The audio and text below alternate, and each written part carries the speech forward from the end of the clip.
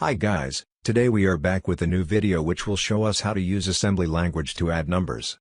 In my previous video, I have showed you some key points of Marie architecture. You can find the link in the description.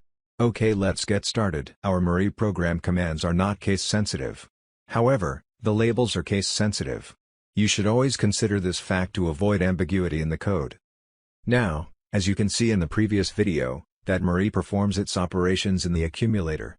So, accumulator is by default the default register. The load instruction loads the value of A into the accumulator. Now, the next add command adds the content of the register B with that of accumulator. The result is then stored to C variable by using the command store C. The output command displays the content of accumulator to the screen. The registers are initialized with the data type and default value at the last of the program. In this case, the value of register C as well as the output will be 12. Okay, now let's save and assemble the program. You should note that the file should be saved with the .mos extension in order to assemble it. Okay, let's run the simulator and load the assembled file. Thus assembled file has the same file name but has .mex extension. That's it for the video guys. If you liked it, don't forget to like and subscribe and comment any queries you have been facing.